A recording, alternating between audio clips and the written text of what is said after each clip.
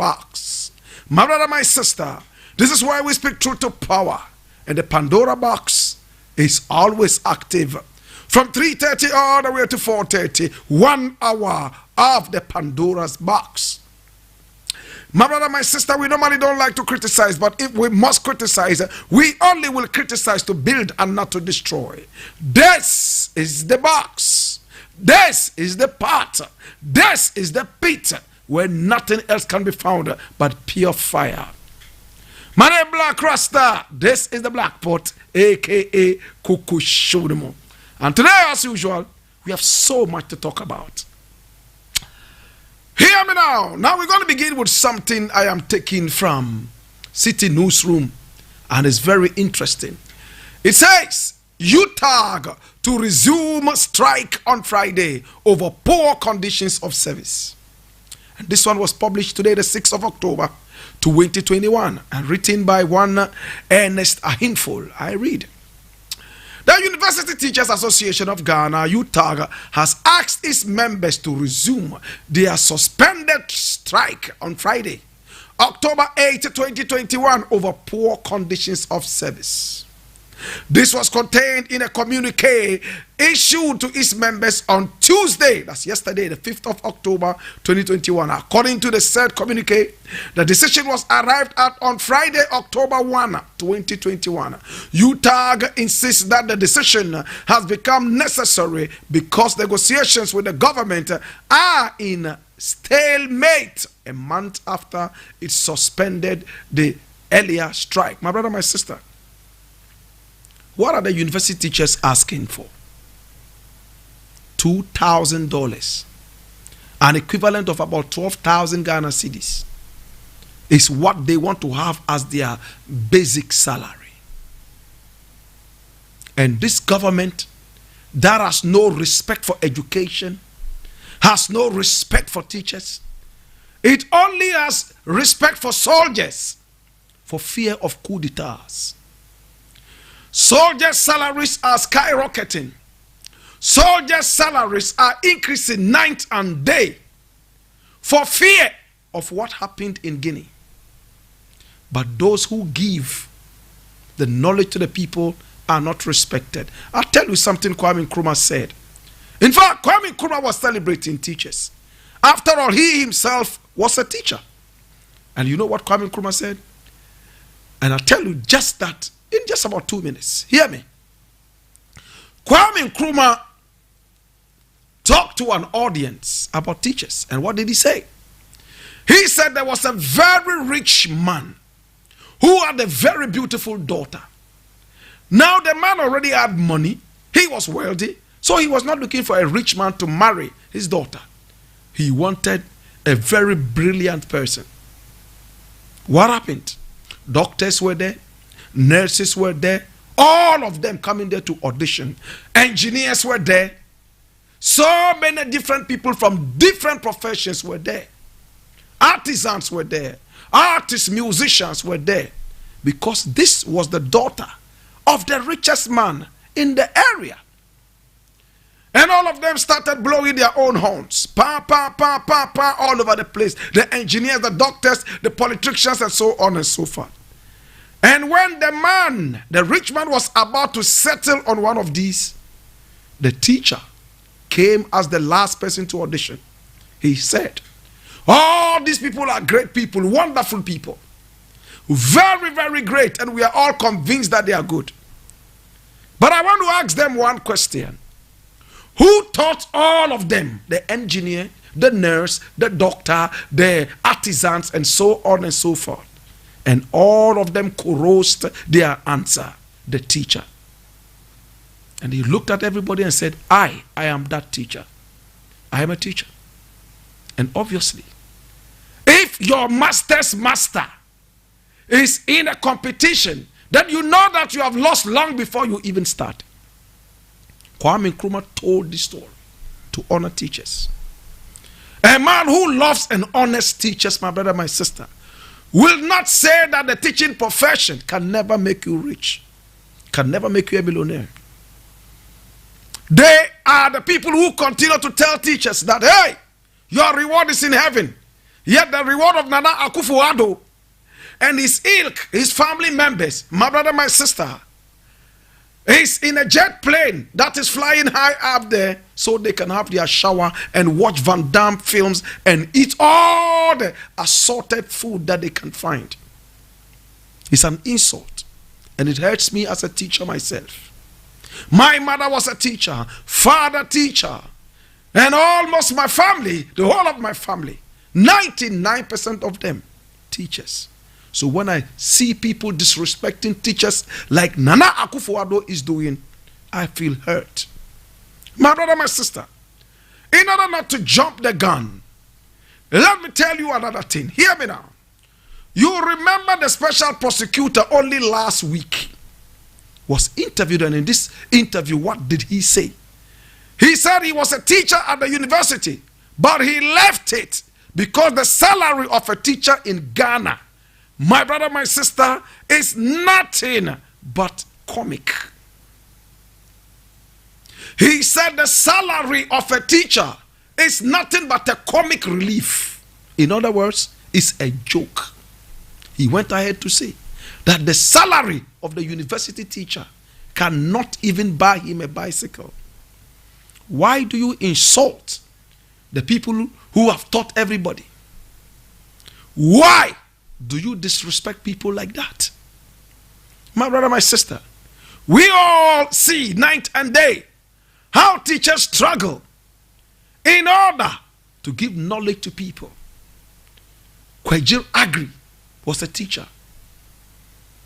What did he say to the people? If you educate a man, you educate an individual. But when you educate a woman, you educate a whole nation. See how many female teachers we have amongst us. In fact, in Ghana, it looks like female teachers are beginning to compete with male teachers in terms of the population or the numbers. In other words, as many female teachers we have, as many nations we are educating. This is mathematical, strictly logic.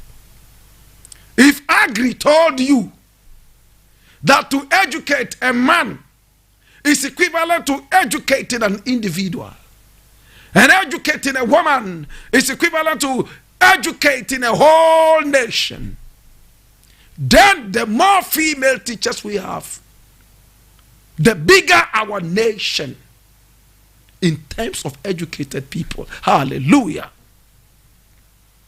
But look at the predicament of our teachers. Teachers Day was celebrated only yesterday. We all saw videos of some Ghanaian teachers. They march with the students during the 6th March whilst the politicians are under the shade drinking ice water. Some of them already even booked for pizza before the 6th March celebration ends. True or false? Have you seen Nana Akufo-Addo march before? Have you seen Bawumia march before? Yet teachers march in the sun and they sweat like pregnant antelopes in order to keep the ceremony apt. At the end of the day, their salary is nothing but a comic relief. Their salary is nothing but a stipend. Their salary is nothing but crumbs from off the table of dirty politicians. My brother, my sister, I've told you before, my mother was a teacher who served this country for more than 40 years. And when she died, 5 of her children, I being the first, we went to Sydney to collect her money. And each one of us got 12,000 Ghana cedis, 60,000 Ghana cedis in all. My brother, all 40 years that my mother worked and served this great nation as a well-trained teacher who rose through the ranks, all she had to show at retirement was 60 Ghana cedis, an equivalent of how much? $5,000. We took it with pride because it's her sweat. So if the president can stand before teachers and tell them that, hey, if you want to be millionaires, then don't be teachers, then the same president will turn around and say, hey, The reward of the teacher is in heaven, but the reward of the politician is never in heaven. Have you seen them go on strike before? Have you seen their salaries delay before? At least even in recent times, we heard some politicians were paid double salaries. Up till now, they have been quiet about it. Such hypocrites and vandals. Economic vandals. All they know is to ransack the economy dry. All they know is to tumble down the economy. All they know, my brother, my sister, is to proliferate the taxpayers' coffers. What is happening to us? University teachers are going on strike because the president is he has enough money to buy another plane so big that he can sit in it, have a shower in the air, eat his American food, and watch American movies. Yet Kumawood is dying. Lewin is becoming irrelevant. Ejako Long became irrelevant. Hey, Gloria Safo is struggling to be recognized in public. Hey, Chewa has relocated to America. Hey, Kataure has died long since. Hey, Nkomode, who wanted to join Kumawood, my brother, my sister, realized that no, sir, it's a no-go area, because even those in it were already running out of it. And president is there watching Van Damme. Hey, made in Ghana products, support made in Ghana products. Mr. President would wear his oversized suit and walk around like an inflated balloon, ready to be deflated in the air. All over the place, my brother, my sister. I have no sympathy for a man who has no respect for teachers. I have no respect for a man who has misplaced priorities, especially when his misplaced priorities hurt me, hurt my children, hurt my children's children, and the generation to come. Such a man deserves no respect. The only people Nana Addo has respect for, soldiers, because they hold a gun. Because anytime they pull the trigger, the presidency shakes as if it was an earthquake. And the president starts swinging like a pendulum on heat. My brother, my sister, what a thing. It hurts me. Every time I talk about teachers, my blood boils. Trust me. Hey, university teachers, please, let me know when the strike is happening. I'll join you in that strike. And I'm serious about that. Invite me. I will be part of that strike and add hunger strike onto it. I will be part of the hunger strike. And if you thought I was joking, just send me an invitation. I will be with you on the campus. I will cry with you. I will roll on the floor with you. I will shed tears with you. And I would acknowledge you north, south, east, and west, because I know what you're going through. All you demand is 2,000 American dollars. Mr. President says no. How much does Gabi Ochredako receive? How much did the president earmark for his wife, who is doing nothing for me and my children? How much money is being paid your comic vice president, who has lied from his way to hell and is still in hell waiting for the day of judgment? How much did they earmark for the comic vice president's wife? A president who only thinks about himself is not a servant, he's a king. Every president is supposed to be a servant. After all, we are the employers and they are our employees. Ask our president, Nana Addo, please, are you a servant or you are a king? He's a king. I've never seen the inside of a private jet.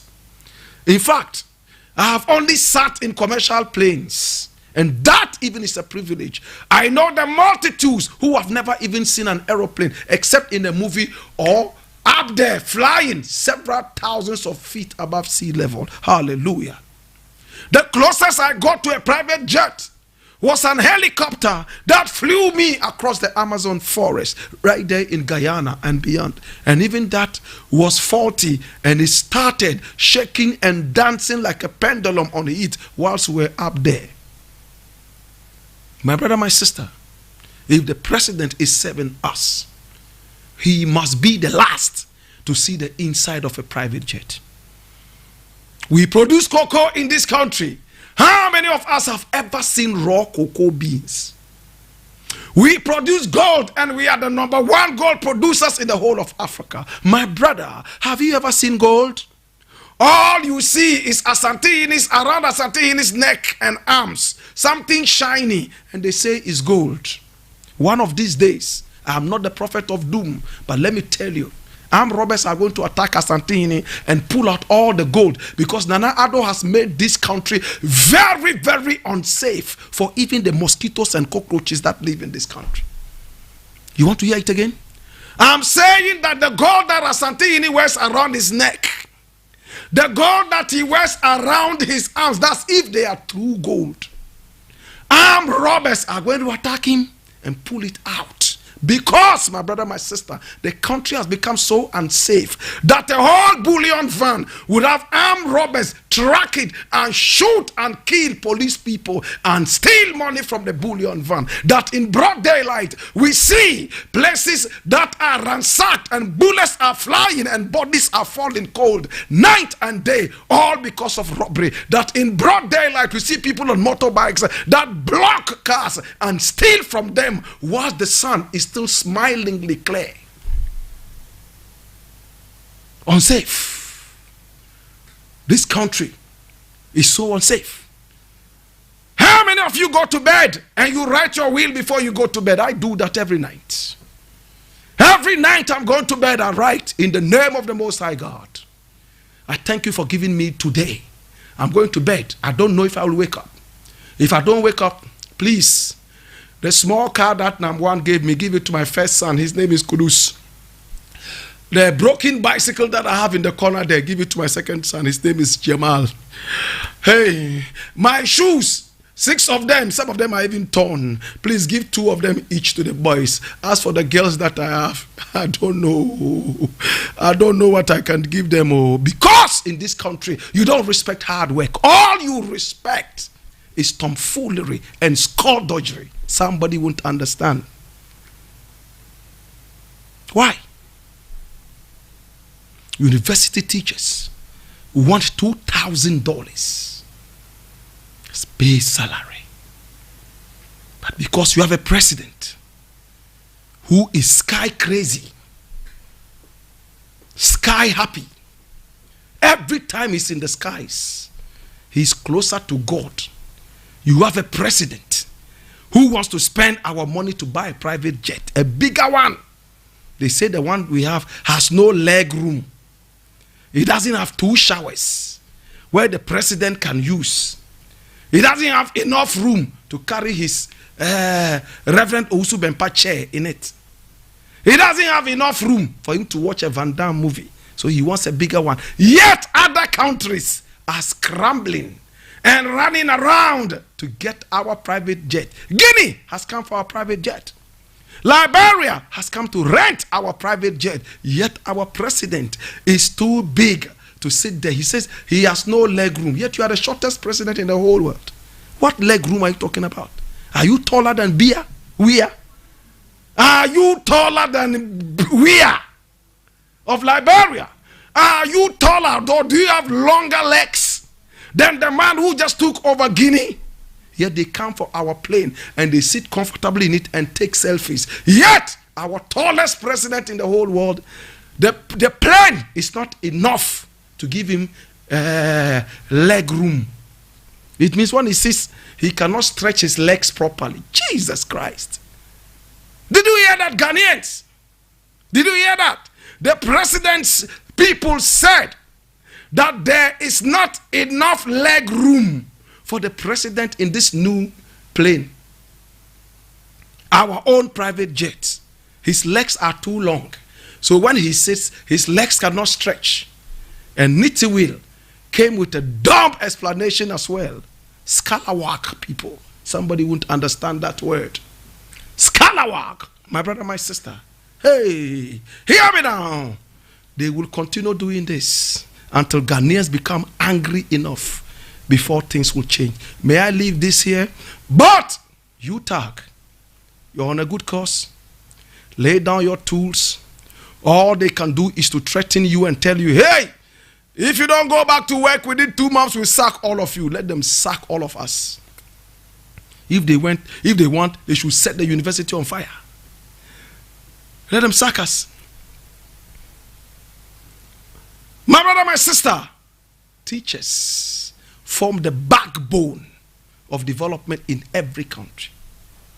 Unless you have a president who has lost his law certificate and has forgotten about the importance of education, that is when teachers are disrespected. May I take a bow now and go to the next one? My brother, my sister, to God be the glory.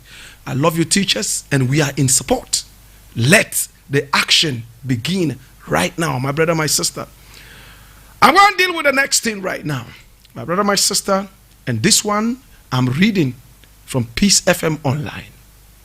And what's Peace FM Online saying? This one was also published today, the 6th of October, 2021. And this is important. It says, I don't want to believe that there are no men who have sex with men in parliament. Hey, listen again.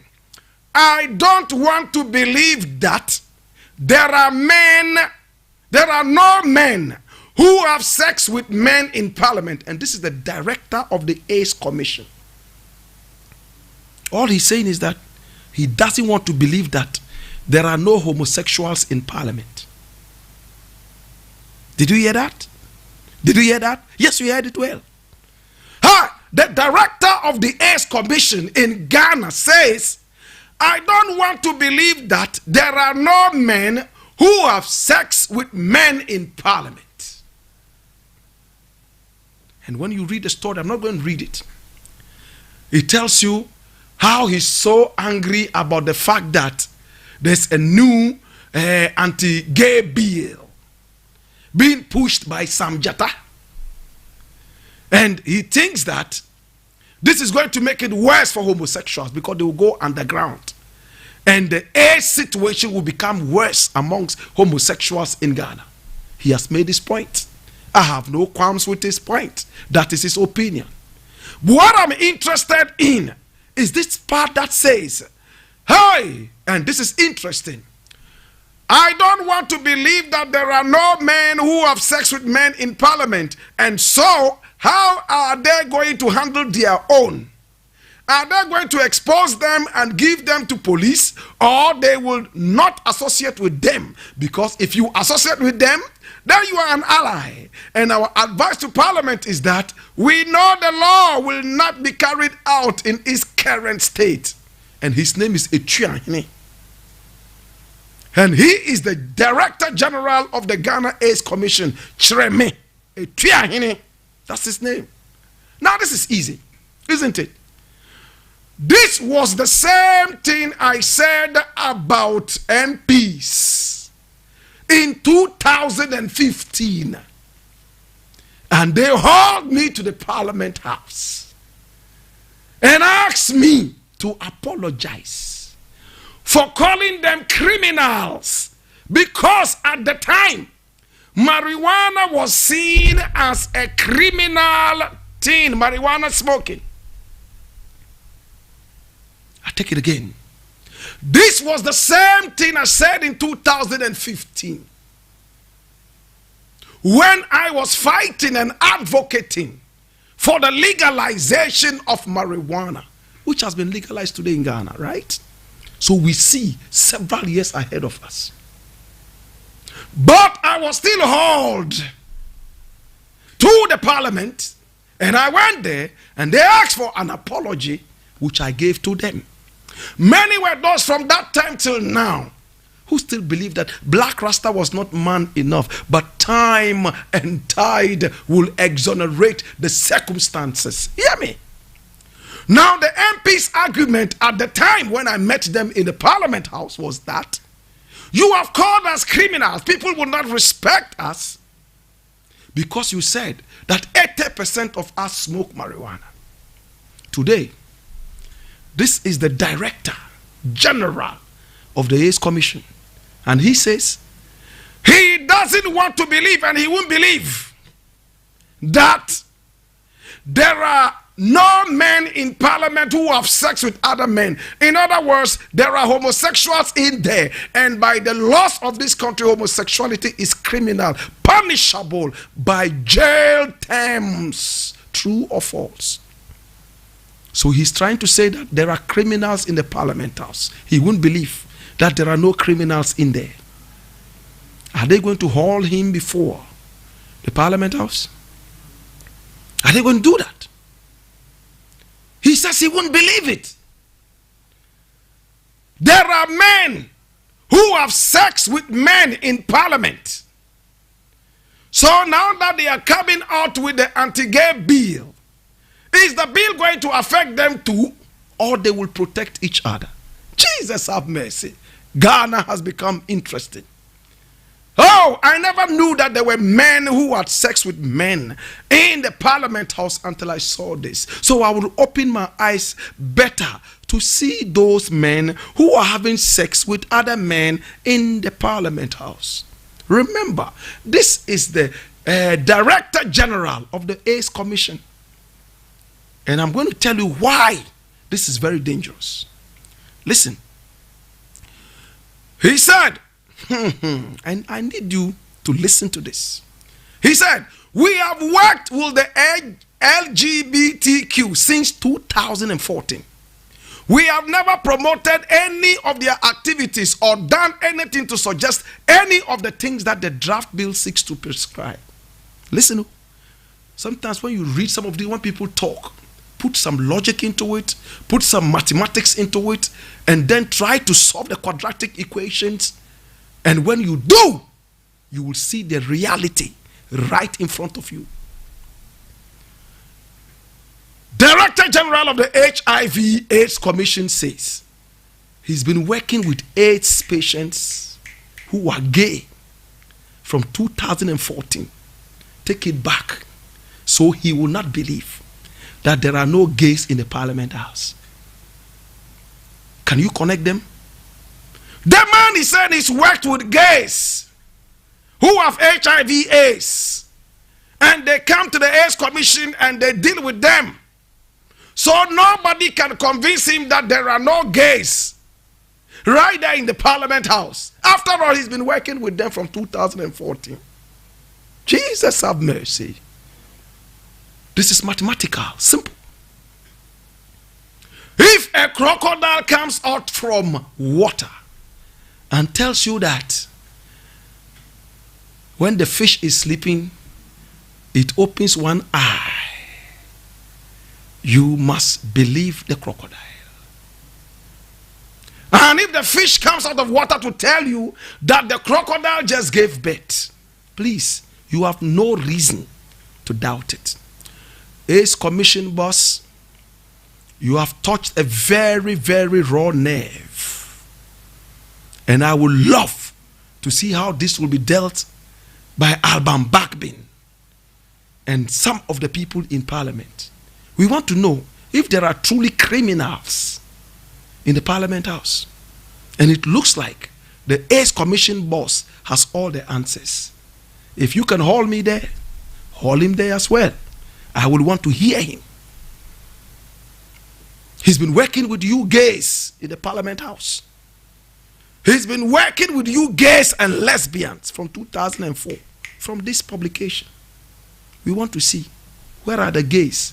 I'm sure by now Ghanaians are beginning to, well, we leave it to him. He will come out with the names. To God be the glory. I leave it here. On a sad note, I'm taking this from Graphic Online, and it says Juabin oil mills explosion. 3, including 2 NUST students, confirmed dead. 2 NUST students, that's Kwame Nkrumah University of Science and Technology students, and 3 others died in the Juabin oil mills explosion. I read. An explosion at the Juabin Oil Mills Limited at Juabin in the Ashanti region has claimed the lives of 3 people. 6 other people sustained injuries and are responding to treatment. 2 students from the Kwame Nkrumah University of Science and Technology, NUST, who were on practical industrial attachment at the mills are amongst the dead. The explosion occurred on Tuesday, October 5. That's yesterday. 5 of the injured persons have since been discharged from hospital. The 6th person is in a critical condition and on admission at the Komfo Anochi Teaching Hospital, CAF, in Kumasi. The incident occurred in the early hours of Tuesday. Confirming the incident to Graphic Online, the Joabin District Police Commander, Deputy Superintendent of Police DSP, Mr. Emmanuel Honu Bruni, said at about 10 a.m. on Tuesday, one of the industrial boiler machines at the oil mills exploded and injured 9 workers. He said the 3 who died had between 80 to 100% burns. May their bodies, minds, and souls rest in perfect peace. I want to ask a question. 1 district, 1 factory, 1 village, 1 dam. My brother, my sister, is this what is causing this shoddy work? Is this what is causing the carelessness? Because when a man thinks about numbers without quality, some of these things happen. They think about building roads. They are not thinking about the quality of the roads, so that when the rain falls, it folds the road like a mat and takes it away. 1 district, 1 factory. Agenda 111. Or is it 419? They are only thinking about the numbers, not about the quality. Let's listen. When Kwame Nkrumah built the motorway, their great-grandfathers were his compatriots. Their grandfathers came to meet the motorway. Their fathers came to meet the motorway. They themselves today are cruising on the motorway, yet with so much disregard to Kwame Nkrumah. When Kwame Nkrumah took money out of his own pocket and built the Ghana secondary school there in Cape Coast, my brother, my sister, at that time, their fathers were busily educating themselves in Gambia and some other such countries, England, America. Kwame Nkrumah, the visionary, saw so much ahead. They became experts in bomb making and terrorism, bombing him night and day, until Nkrumah gave way and they took over the reins of this country. What have they done better from when Nkrumah left? What's the legacy of Edward Akufo-Addo? Nothing. Zero. Bomb making, terrorism. What is the legacy of J.B. Dankwa? Bomb making, terrorism. What is the legacy of Akwaje? Bomb making, terrorism. What is the legacy of Pawuli? Bomb making, terrorism. They hated Kwame Nkrumah so much that they were even chasing his ghost to bomb. Today, my brother, my sister, why did I drag Kwame Nkrumah in at this sad time? Tell me 1 factory that Nkrumah built and it exploded. Tell me 1 factory that Nkrumah built and it exploded. Tell me 1 factory. Nkrumah built more factories than anybody alive today and even dead in Ghana. Tell me 1 that ever exploded. When Nkrumah built the motorway, for over 30 years, not even 1 pothole developed on that. Hallelujah. Such a man. The British came and saw the quality of Nkrumah's motorway, and they said he was over ambitious. The Russians said, this is over ambition, what we call inordinate ambition, an ambition that has no coordinates. Jesus Christ, have mercy. Hey! They saw the quality of the motorway. It was better than the motorway in England. For over 30 years, not one pothole developed there. But what was the reward of Nkrumah? Bombs. They became bomb makers. Ancient Al-Qaeda and Boko Haram. These guys, today they are struggling for prominence. They want to take the 2 Ghana cedi away so that they will take Nkrumah's photograph out and put their fake factories and fake hospitals on that. Agenda 419. One district, one factory. They concoct things. Only God knows where they get them from.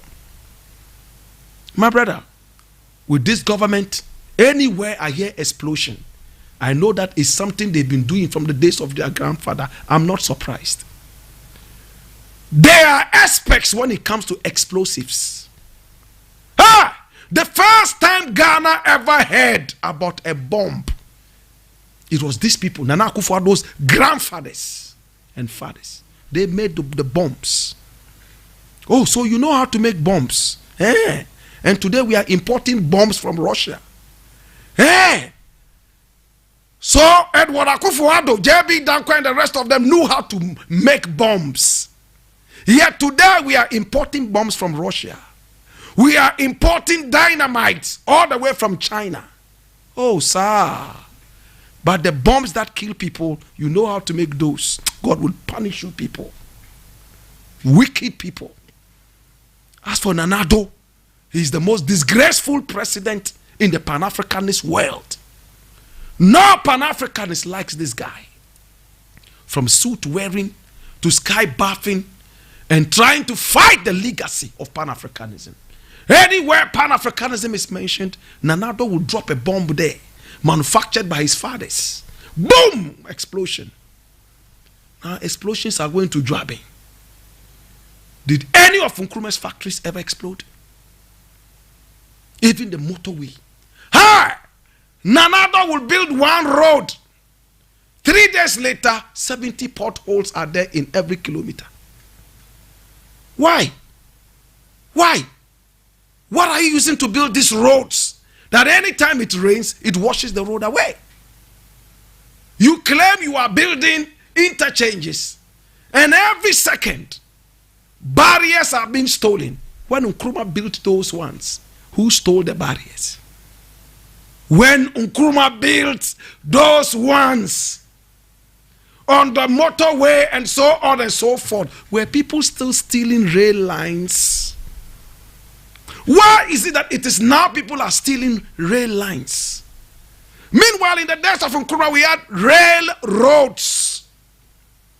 Why were Ghanaians not stealing rail lines, but today they are stealing them? You have failed in dealing with the attitude of the Ghanaian that Nkrumah held high. Right at independence, Nkrumah did not waste time. Nkrumah did not waste time to mention those who helped him to get independence. He was concentrating on the Ghanaian. After telling us that this country's independence is meaningless unless it is linked up with the total liberation of the whole of Africa, the next thing he talked about was what? It is time now to change your attitudes. That's a visionary. Because he knew that one day the Ghanaian would be so frustrated he would start stealing barriers and barricades at interchanges. He knew that the Ghanaian would be so frustrated, my brother, my sister, to go out there and steal rail lines.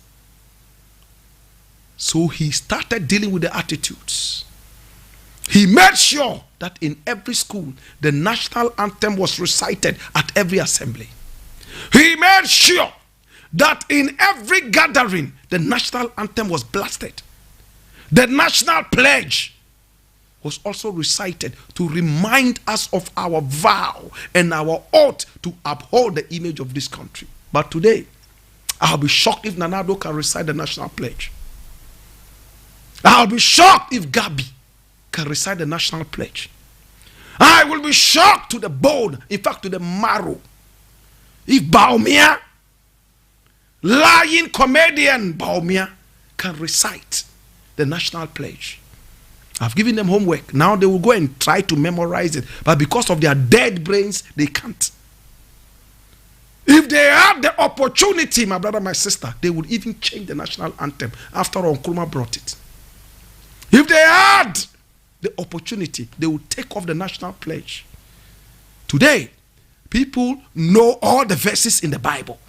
People know all the verses in the Quran. They don't know their country's national anthem. Yet Jesus Christ told you, give unto Caesar what is Caesar's, and give unto God what is God. It's good to know the Bible. It's good to know the Quran. But remember that your country is so important. That's why Christ said, give what belongs to your country. And give what belongs to God. But now, we are only concentrating on God, like Nana Akufo-Addo is doing. Building a cathedral. Teachers want salaries. No, you don't care. To the people who died in Joabeng, please, we've heard about these explosions in the days of the UP, in the days of those people, the terrorists who today want to call themselves Big Six. So, any factory they built for you, go there with anti-bomb detectors and things, bomb detectors and things. Because these guys can do anything. I don't trust them. If you trust them, it's unto you. To God be the glory. I leave it here. Jesus have mercy. I'm reading this from my Joy Online. And it was published today, the 6th of October, 2021. And it was published at 2:30 p.m. 30 minutes after I started this program. So this is fresh. It says, Akufo-Addo extends gender minister's leave. Sanitation minister to act. You get it? Gender minister, your leave has been extended. Sanitation minister, act. Let's read. President Akufo-Addo has extended the leave of absence from office for the gender minister, Sarah Adwoa-Safo. That's Kantanke's daughter. The Domi Kwabenya MP's leave, which she sought for personal reasons, was supposed to have ended on August 31, 2021. However, she was unable to resume and requested extension. Communications Director at the Presidency, Eugene Ahin, who has houses at the waterfront, a fleet of cars, barbering shops. A few years ago, he was selling Pampers and baby food, knocking from door to door. Today, he is swimming in lachettes, according to his wife, that he divorced recently. In a statement on Wednesday, said Adwoa-Safo's leave has been extended. It did not, however, state when she will resume. In her absence and until further notice, President Akufo-Addo has directed the Minister for Sanitation and Water Resources, Cecilia Abenadapa, to act as a caretaker minister. This is another failed minister, Abenadapa. Remember the aviation that she was handling? She came out to talk about how mosquitoes, how bed bugs on consume were found in British Airways planes. And how they were trying to get British Airways to think and treat Ghanaians better after the bad treatment. And when journalists like me called her to find out how far, she shut us all down. Well, why? When I get information, I'll give you. I have no information. Yeah. Have you forgotten I'm your employer? I have employed you to help make me comfortable. I am uncomfortable and you are blaming it on Mahama. That Mahama is the reason I am suffering. Is Mahama my president? That Mahama is the one deceiving me that I am suffering, but I am actually not suffering. Jesus have mercy. What a paradox. There are some mathematical equations You will solve until Jesus Christ comes. That's what makes people go crazy. He's walking around saying 2x minus square root of 2x, hey, 2x divide, kai, ha, whoo, ha. People, how about them? What about them? What about them? Yo, yate. What about them? Okay. My brother, my sister. Kantanke's daughter, Ajua Safu, asked for a leave. It's time to return. She asked for a leave again. Now let me take you through something very, very short. You remember when she was supposed to appear before the vetting committee after being handpicked by the president to make her a minister of state? She couldn't appear. And the reason was that she was breastfeeding. She had a fresh baby. The second time she was able to make it to the place, if my memory serves me right, her vetting became the shortest because they considered that she was breastfeeding, and therefore it had to be quick so she could go home and feed her baby. That's foolishness. Hey, my brother, you're going to write an examination, and the examination is supposed to determine whether you have the right mind, the right knowledge to be able to serve. But because you have a baby, they will say, okay, instead of asking you 10 very important questions, we'll ask you 2 because you have a baby. Who suffers? The nation. Does everybody understand, or do I need to go over it again? It's very simple. My brother, an engineer is here to build a bridge. A bridge that is supposed to carry people from one point to the other. And the masses will be using this bridge. And we want to find out if the engineer knows his work. Because the engineer has hernia and he can't sit for more than 30 minutes. Instead of asking him 100 questions and vetting him hook, line, and sinker, my brother, we ask him 2 questions and say, because you have hernia, go. Who suffers? When I was in school, those students who used to have brothers and sisters who were teachers, and they used to give them exams questions before the examination for them to write and pass and cheat. Today, a lot of them have become drug addicts. They become hooligans. They have become scalawags. They have become nothing but personas non grata. Rascals, never do wells.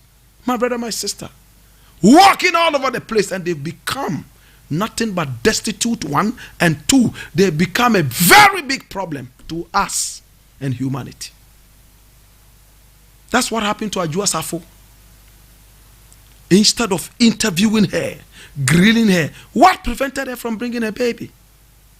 My mother used to carry my little brother Abdul Kader in public, pull out her mammary glands, insert that into the mouth of the crying baby in public. Meh, meh, like that. Pull it out like a wire. And Ajua Safo is too pretty to feed her baby in public. Ajua Safo is too knowledgeable, too civilized to feed the baby in public.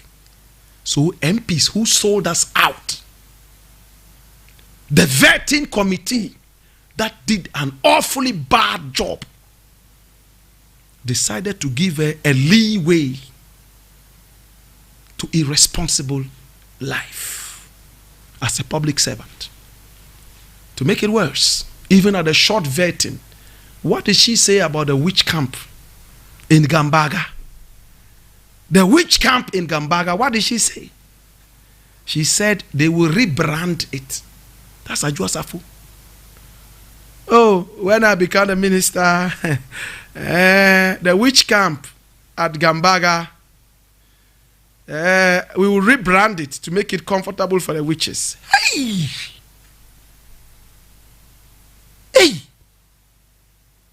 Hey! A witch camp. Bordering on human rights violations will be rebranded. A rebranded prison is still a prison. A rebranded goat is still an appointing. Maybe. Look, even when they gave her a leeway, a breeder, to just answer one or two questions and go and feed her baby. Look at what she said. She will rebrand the witch camp so that more witches can feel comfortable to be beaten from their homes to come and live there. And they passed her. And her former boyfriend and baby father, Kennedy Japan, was boasting that he was responsible for her victory as an MP. This one, if you want to talk, feminists will come in. Because she's a woman. She's an MP, minister with a baby. The baby alone is a 20 credit hour paper. Those of you who've been to the university. 20 credit hour. When I see a woman with a baby, I want to lie down for her to ride my back. Hey, listen. When a woman has a baby, she can't sleep, especially when the baby is fresh. Every second the baby is crying. You have to be breastfed. The woman's sleep is curtailed. The baby can cry at any time and demand that the mother attended to it. And this is for free. The mother doesn't get paid. Then you take ministerial post on your head again, MP on your head again. That is why you would ask for extended leave. Let's speak the truth, Ghanaians. Feminists somewhere will say, hey, no, it's a right to have children. Yes, it's our right to have somebody who has time to serve us too. Respect women. Don't push women with your foolish feminist stupidity. It won't help us. The baby is enough. Why? Why? Must we kill ourselves? Safo, it's on to you. You have exposed your sleeping president. He should have found somebody else. Maybe they could have given you a deputy position. Or maybe they would have given you a minister position with that portfolio. So that at least you would have some time to do so. But they put you at the helm of affairs, at the Ministry of Gender.